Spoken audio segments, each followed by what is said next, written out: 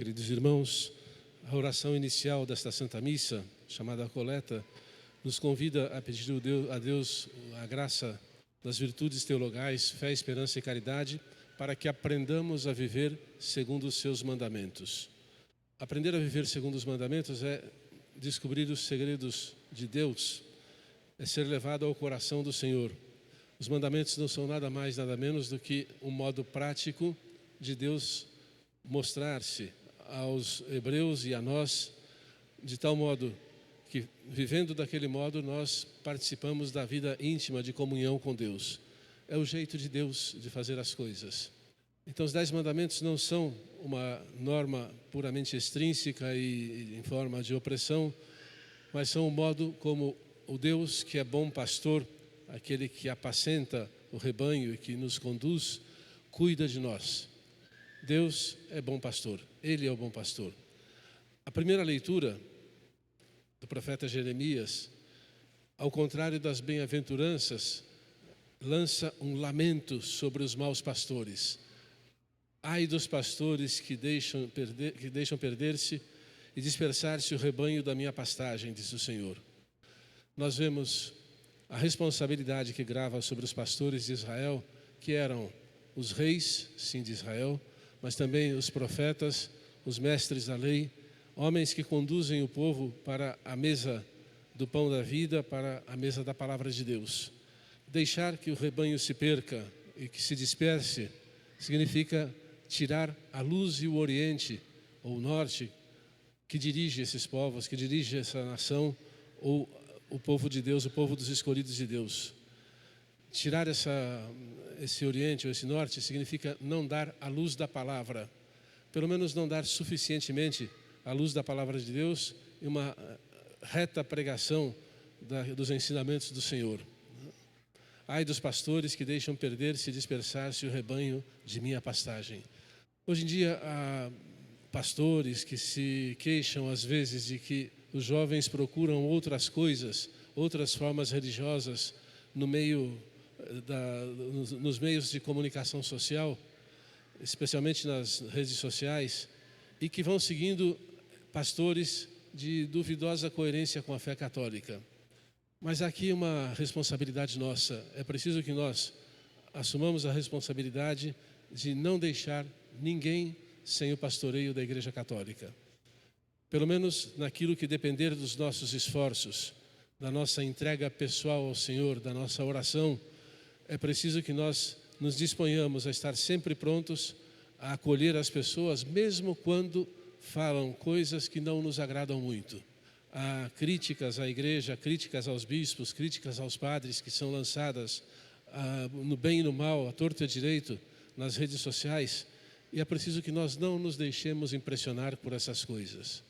É preciso buscar Cristo, amar Cristo. E nós, pastores, é preciso que, tendo buscado Cristo na nossa oração, na nossa meditação sobre a palavra, nos dediquemos sempre a ser um bom pastor, bons pastores que alimentam o rebanho de Cristo com leite, quando é o caso das pequenas ovelhas, com alimento sólido daqueles que estão amadurecidos na fé, mas que ninguém fique sem o anúncio da palavra, o anúncio do Evangelho. E aonde nós nos acomodamos, aonde nós ficamos simplesmente na zona de conforto dos pastores, Deus suscita novos pastores. E nós não podemos nos queixar depois que vão procurar em outros lugares. É muito importante que nós tenhamos uma vida completamente dedicada ao ministério. O Evangelho de hoje mostra Jesus que tinha uma preocupação muito grande na formação daqueles que ele deixaria como pastores da sua igreja. Os apóstolos reuniram-se com Jesus e contaram tudo o que haviam feito e ensinado. E o que é que Jesus faz? Vinde sozinhos para um lugar deserto e descansai um pouco. Jesus se preocupa com a vida dos pastores, daqueles que exercem o ministério pastoral em nome seu e em nome de Deus, seu Pai. Ele se preocupa em estar com eles para ouvir o que os apóstolos têm a dizer, para contar as experiências. Esse trecho do Evangelho fala do primeiro envio de Jesus, dos apóstolos, para pregar 2 a 2, com poder de curar doenças e expulsar demônios e de anunciar que o reino de Deus está próximo. Eles voltam e começam a contar tudo o que fizeram, tudo o que aconteceu, tudo o que Deus fez por intermédio deles. E Jesus os chama para ir sozinhos a um lugar deserto, descansar um pouco. Lugar deserto, na Bíblia, é sempre o lugar da tentação, sim, mas é sobretudo o lugar do encontro solitário com um Deus que não quer estar só. Ele quer estar conosco. É a experiência de uma solidão com Deus, não uma solidão absoluta. E nessa experiência da solidão com Deus, nós aprendemos a gramática através da qual Deus nos ensina todas as coisas. Sobretudo se estamos acompanhados das Sagradas Escrituras, aprendemos a gramática da linguagem de Deus. Mas Jesus, que tinha passado sempre, todos os dias, fazendo bem, ele não se cansava de atender as pessoas. Aliás, ele se cansava, mas continuava a atender.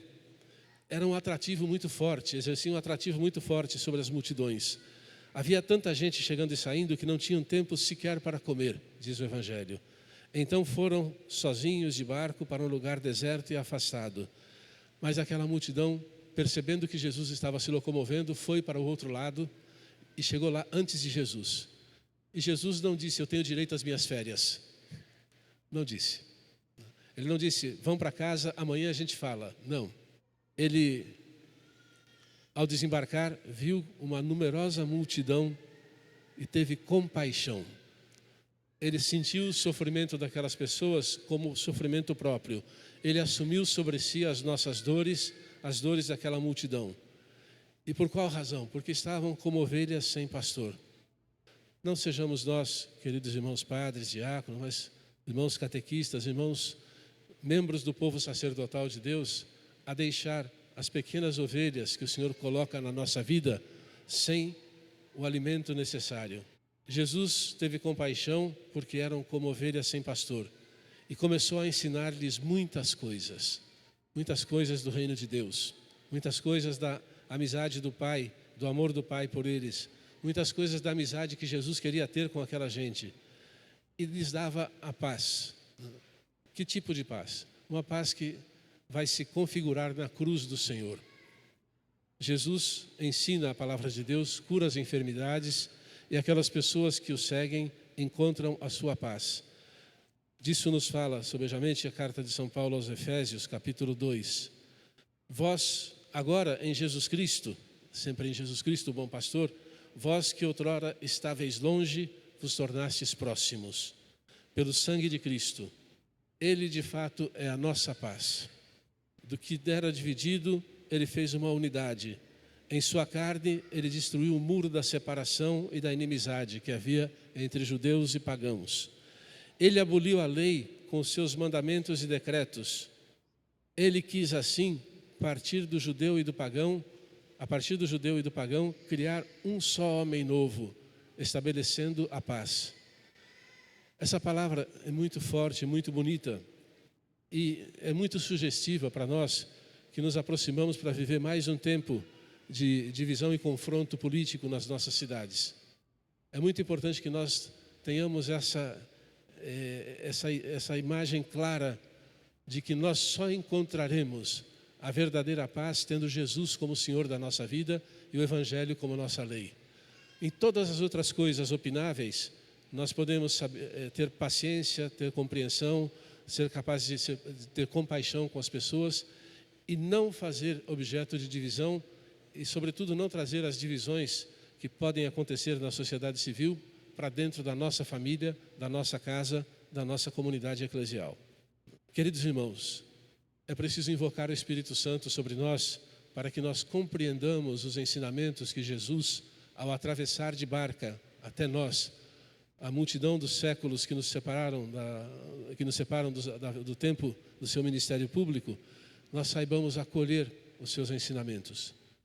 Ele atravessou e continua a atravessar a história com a sua barca, que é a igreja, para nos ensinar os seus caminhos, os seus mandamentos, a sua lei. E aqui gostaria de dizer uma coisa que para mim é uma feliz coincidência. Hoje, ao completar 64 anos, meu irmão aqui também completa 52. Nós somos gêmeos com 12 anos de diferença. Eu agradeço a Deus que tenha coincidido com essa liturgia em que se fala do bom pastor. Não é possível para um padre pensar no dom da sua vida pessoal sem pensar que ela seja dom de pastoreio. Não é possível para um bispo, para um sacerdote, e poderia acrescentar, para um cristão, pensar que deve agradecer a Deus pela sua vida sem lutar pela vida dos irmãos. Como? Sobretudo pela vida sobrenatural, pelo encontro dos irmãos com o Senhor, que o farol da nossa existência iluminada por Cristo apresenta como caminho. Que a Virgem Maria, nossa mãe, nos ajude, nos acolha e nos leve, por sua poderosa intercessão, a estar sempre perto do Senhor Jesus, seu Filho, e de Deus, nosso Pai. Louvado seja nosso Senhor Jesus Cristo.